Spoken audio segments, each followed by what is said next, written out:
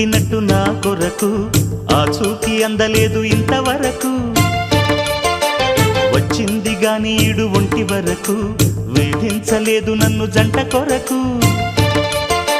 చూశాక ఒక్కసారి ఇంత వెలుగు నా వంక రాను అంది కంటి పులుకు ఎల్లరి గారడి